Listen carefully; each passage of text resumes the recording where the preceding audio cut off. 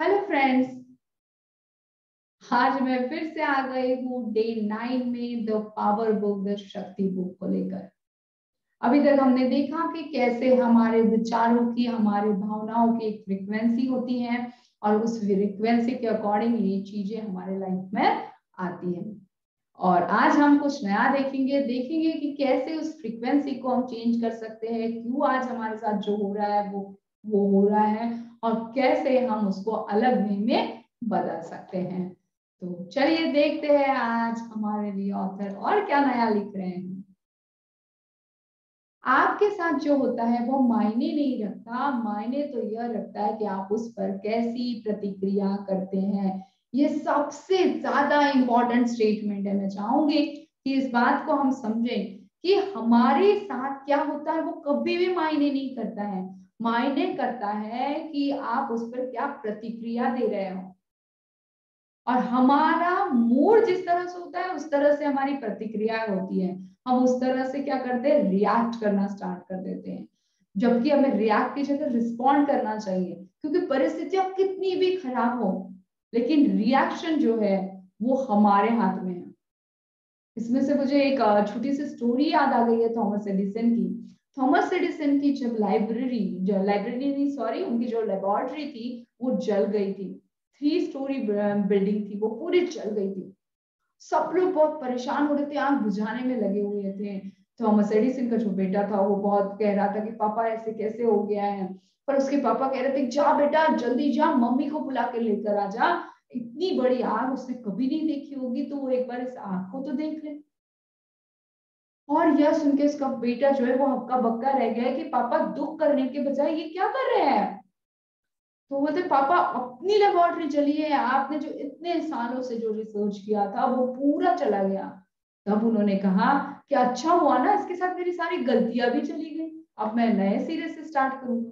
सोचिए, इतने सालों की मेहनत उनकी आंखों के सामने जल गई और कैसा उस इंसान को फील हुआ होगा। फिर भी उन्होंने क्या किया, उन्होंने परिस्थितियों के हिसाब से अपने आप को सरेंडर नहीं किया, जबकि उस परिस्थितियों से भी कुछ सीखा और कहा कि चलो ठीक है, मुझे एक नई तरह से फिर से स्टार्ट करना होगा। जो भी गलतियां मैंने पास्ट में की वो अब चली गई, अब तो मैं नए सिरे से नया कुछ इन्वेंट कर पाऊंगा। और ये होता है स्पिरिट। और ये इस तरह से परिस्थितियों के हम गुलाम नहीं बनते, परिस्थितियों से आगे बढ़कर हम सोचते ओके ये परिस्थिति आई ना, इसको मैं किस वे में ले रहा हूँ, वो सबसे ज्यादा इंपॉर्टेंट है। ये बात बहुत अच्छे से अगर हमने समझ ली ना, तो हमारी जिंदगी में काफी कुछ बदलाव आ सकता है। यदि आपके पास पर्याप्त धन नहीं है तो जाहिर है कि आप धन के बारे में अच्छा महसूस नहीं करते होंगे, लेकिन जब तक आप धन के बारे में अच्छा महसूस नहीं करेंगे तब तक आपकी आर्थिक स्थिति कभी नहीं बदल सकती। यदि आप धन के बारे में नकारात्मक भावनाएं देते हैं तो इसका मतलब है कि आप धन के मामले में नकारात्मक फ्रीक्वेंसी पर है और आपको भारी भरकम बिल, अप्रत्याशित खर्च या उपकरण खराब होने जैसी नकारात्मक परिस्थितियां ही मिलेंगी जो आपका पूरा पैसा खर्च करवा देगी। किसी भारी भरकम बिल पर नकारात्मक प्रतिक्रिया करते समय आप धन के बारे में नकारात्मक भावनाएं दे रहे होते हैं। इससे आपके जीवन में और भी ज्यादा नकारात्मक परिस्थिति आएगी जो आपका ज्यादा पैसा खर्च करवाएगी। यह बहुत ज्यादा जरूरी है कि हम लोग कौन से फीलिंग के साथ किसी को पैसा देते हैं। जब जब हम भारी मन से किसी को पैसा देते हैं तो आप समझ लीजिए कि निगेटिव सिचुएशन में दिया हुआ पैसा, निगेटिव परिस्थिति में किसी को मतलब माइंड तो उसके लिए रेडी नहीं है, दिल बहुत भारी हो रहा है किसी को पैसा देने में, तो आप समझ लीजिए हम निगेटिव परिस्थितियां अपने जिंदगी में खुद ही अट्रैक्ट करने वाले हैं। हर पल जीवन को बदलने का अवसर है, क्योंकि किसी भी पल आप अपने महसूस करने के तरीके को बदल सकते हैं। इससे कोई फर्क नहीं पड़ता कि आप पहले कैसा महसूस करते थे, इससे कोई फर्क नहीं पड़ता कि आपने पहले कौन कौन सी गलतियां की थी। जब आप अपने महसूस करने के तरीकों को बदल लेते हैं तो आप एक अलग फ्रीक्वेंसी पर पहुंच जाते हैं और आकर्षण का नियम इस पर तत्काल प्रतिक्रिया करता है। जैसे ही आप अपने महसूस करने के तरीके को बदलते हैं आपका अतीत गायब हो जाता है। जैसे ही आप अपने महसूस करने के तरीकों को बदलते हैं आपका जीवन पूरी तरह से बदल जाता है। बस तरीका चेंज करना है, महसूस क्या करना है वो सबसे इंपॉर्टेंट है। इससे कोई फर्क नहीं पड़ता कि आपने कौन कौन सी गलतियां की थी, लेकिन उस गलतियों से आप सीख रहे हैं या दुख मना रहे हैं, महसूस क्या कर रहे हैं, कौन सी फ्रीक्वेंसी पर जाना पसंद करते हैं, कि सीखने की फ्रीक्वेंसी पे जा रहे हैं या नीचे जाने की फ्रीक्वेंसी पे जा रहे हैं, उसी के अकॉर्डिंगली हमें रिजल्ट मिलता है। अफसोस करने में एक पल भी ना गवाए, क्योंकि अतीत की गलतियों में के बारे में गहरी भावना रखना खुद को फिर से बीमार करना है। क्योंकि हम लोग जनरली क्या करते हैं, अफसोस करते रहते हैं। एक तो हमने कुछ गलत किया उसका अफसोस करते रहते हैं, या फिर किसी ने हमारे साथ गलत किया उसका अफसोस करते रहते हैं, और हम ये भूल जाते हैं कि ये जो फीलिंग है ये हमारे बॉडी में जाकर हमें बीमार करेगी, मानसिक रूप से भी और शारीरिक रूप से भी। तो अफसोस करने में टाइम वेस्ट नहीं करना है। जिंदगी आगे बढ़ने का नाम है, जिंदगी कभी भी रुकने का नाम नहीं है कि चलो पीछे पलटो, रो बैठो 2-4 घंटे, 2-4, 8-6 महीने, 1 साल तक रोते बैठो उस परिस्थितियों के लिए नहीं। जिंदगी तो सिर्फ एक ही चीज सिखाती है, बढ़ते रहो बढ़ते रहो बढ़ते रहो। बस पीछे से सीखते रहो, आगे बढ़ते रहो, सीखते रहो, आगे बढ़ते रहो। और जब जब हमने सीखना बंद कर दिया तो समझ लीजिए हमने ग्रो होना बंद कर दिया, हमने आगे बढ़ना बंद कर दिया। हम क्योंकि अगर सीखेंगे नहीं तो हम हमारी जिंदगी में वो बदलाव नहीं ला पाएंगे जो बदलाव हमें चाहिए होता है। हम लोग उतना ही समझेंगे जितना अभी तक हमारी बुद्धि समझ पाई है, और एक बार हमारी मान्यताएं बन गई, एक बार हमारे बिलीफ बन गए, तो फिर उसको बदलना हमारे लिए डिफिकल्ट हो जाता है। इसलिए जब जब हम लर्निंग मोड में रहते हैं, हम ओपन रहते हैं सब चीजों के लिए, अब सब की बात को सुनने के लिए ओढ़ी रहते हैं। शक्ति का दोहन न करने का कोई बहाना नहीं चलेगा। अब आपके पास कोई बहाना नहीं है कि मैं इस शक्ति को, इस प्यार की शक्ति को अपनी जिंदगी में लाऊं या ना लाऊं। अगर आपके जीवन में प्रिय और मनचाही चीज नहीं है तो इसका मतलब यह नहीं है कि आप अच्छे और प्रेम पूर्ण व्यक्ति नहीं है।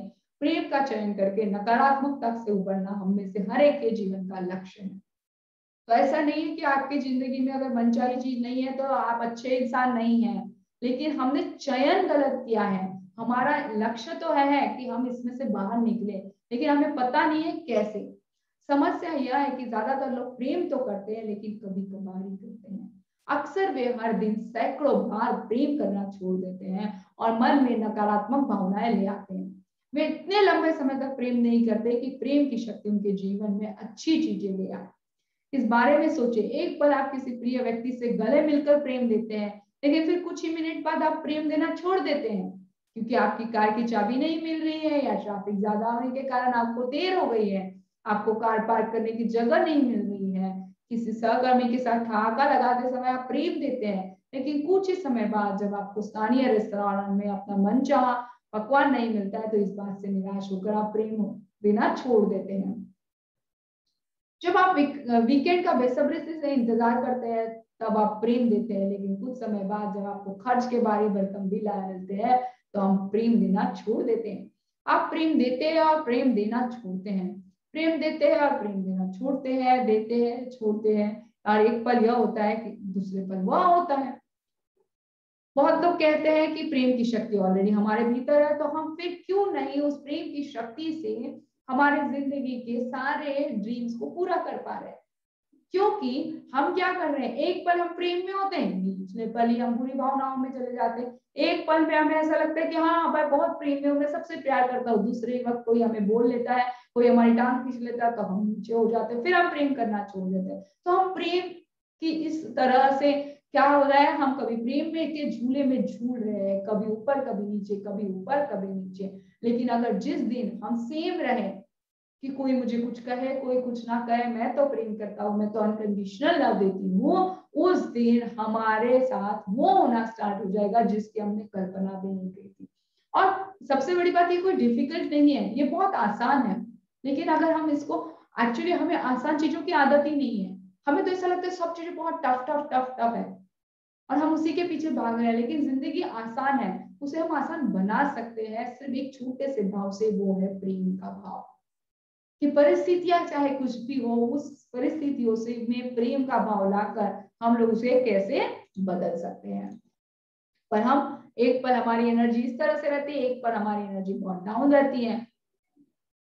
आप या तो प्रेम देकर उसकी शक्ति का दोहन कर रहे हैं या फिर ऐसा नहीं कर रहे हैं।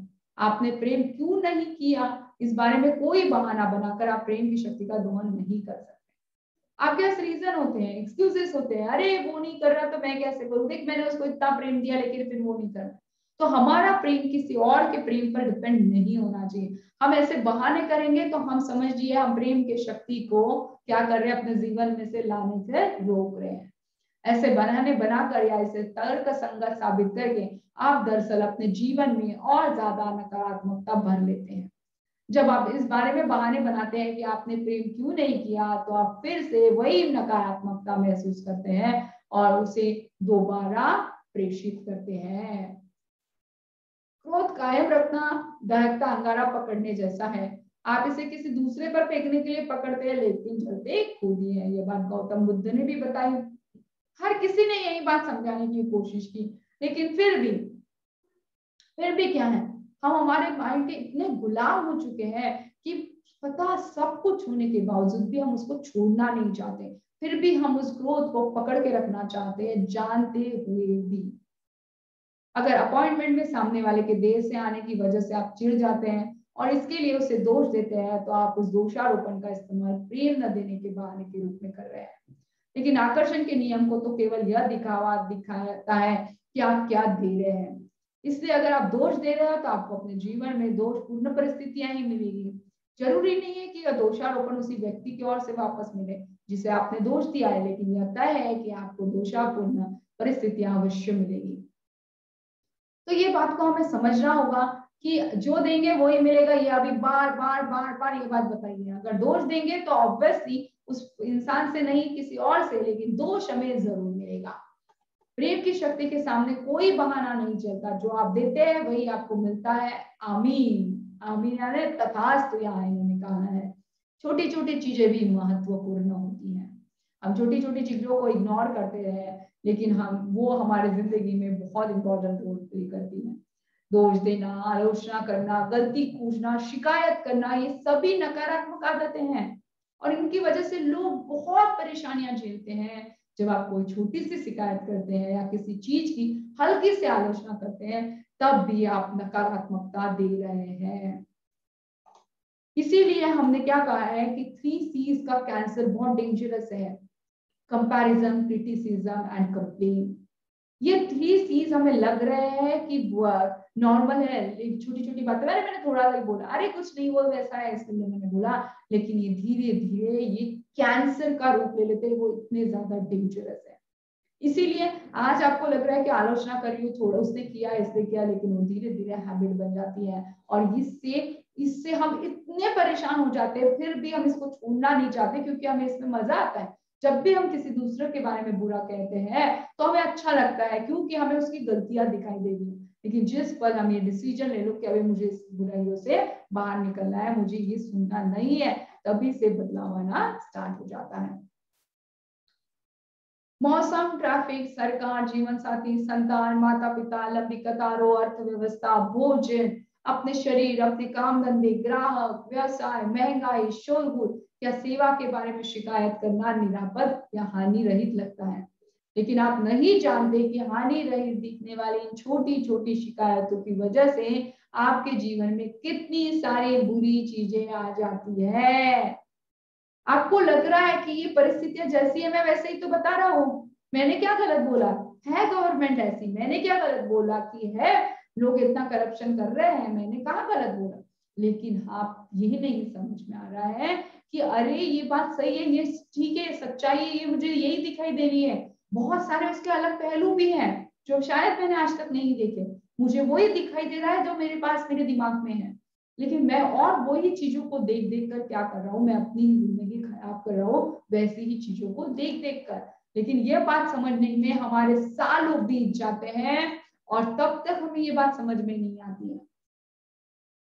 अपनी शब्दावली से भयंकर, भयानक, बेकार और वाहियात जैसे शब्द बाहर निकाल दे, क्योंकि इन शब्दों को कहते समय आप उनमें प्रबल भावना देते हैं। वे आपकी ओर अवश्य लौटेंगे, जिसका मतलब है कि आपका जीवन भी वैसा ही बन जाएगा। क्या आपको नहीं लगता कि जबरदस्त, अद्भुत, शानदार, बेहतरीन और जोरदार जैसे शब्दों का इस्तेमाल करना ज्यादा अच्छा रहेगा? आज से बात से बहुत बेकार है, बहुत खराब है, उससे ज्यादा जबरदस्त हूँ, शानदार हूँ, ऐसे कभी भी किसी का फोन आया तो कहे कैसी तबीयत है, क्या जबरदस्त, टकाटक, शानदार। इस तरह के वर्ड अपने डिक्शनरी में लेकर आइए, तो आप देखोगे कि ऑटोमेटिक एनर्जी शिफ्ट हो गया, ऑटोमेटिक कुछ शब्दों की जो फ्रीक्वेंसी होती है वो आपको टच नहीं कर पा रही है, आपको नए शब्दों की फ्रीक्वेंसी आपको टच कर पा रही है, उसके वाइब्रेशन जो है वो डिफरेंट हो जाते हैं। तो आज से अपने वोकैबुलरी से ये शब्द निकालना स्टार्ट कर दें। आप जिसे भी प्रेम करते हैं और चाहते हैं उसे पा सकते हैं, लेकिन इसके लिए आपको प्रेम के सामंजस्य में रहना होगा। इसका मतलब है कि प्रेम न देने का कोई बहाना नहीं चलेगा। बहाने आपको हर मनचाही चीज पाने से रोकते हैं, वे आपके जीवन को अद्भुत बनने से रोकते हैं। हम दूसरों के जीवन में जो भी बेचते हैं वही हमारे जीवन में लौट कर आता है। मान लिया आपने स्टोर में किसी व्यक्ति की शिकायत की, इसको कुछ घंटे बाद ही आपका पड़ोसी आपको फोन करके कहता है कि आपका कुत्ता भौंक रहा है। आपको इन दोनों घटनाओं में कोई संबंध नजर नहीं आता है। आप लंच पर किसी दोस्त के साथ बैठकर किसी साझे मित्र की बुराई करते हैं और ऑफिस लौटने पर आपको पता चलता है कि आपका महत्वपूर्ण ग्राहक ऑर्डर देने से इनकार कर रहा है। आपको इन दोनों घटनाओं में कोई संबंध नजर नहीं आता है।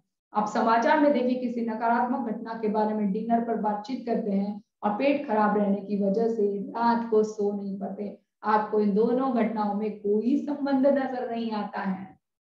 आप किसी का सड़क पर गिरा सामान उसे उठाकर देते हैं और 10 मिनट बाद आपको सुपरमार्केट के गेट के बाहर कार पार्क करने की जगह मिल जाती है। आपको इन दोनों घटनाओं में कोई संबंध नजर नहीं आता है। कितनी अच्छी बात कही है कि हमने किसी को बुरा कहा, इधर कोई कुत्ता हम पर भौंकने लग गया। हमने देखा कि कैसे छोटी छोटी बातें हैं, किसका कनेक्शन हो जाता है और तुरंत के तुरंत हमें उसकी रिएक्शन मिल जाती है। तुरंत के तुरंत यूनिवर्स वहीं के वहीं हमारा हिसाब कर रहा है, लेकिन हमें उसमें कोई भी क्या संबंध नहीं दिखता है। रात को हम कुछ देख के सोते हैं और हमारा पेट गड़बड़ हो जाता है, लेकिन हमें उसमें कोई संबंध नहीं दिखाई देता है। उसी तरह से अगर कुछ अच्छा काम करते हैं तो कुछ अच्छा हो जाता है, लेकिन हमें कुछ संबंध नहीं दिखाई देता, क्योंकि हम क्या समझते हैं उसको वो एक कोइंसिडेंस है।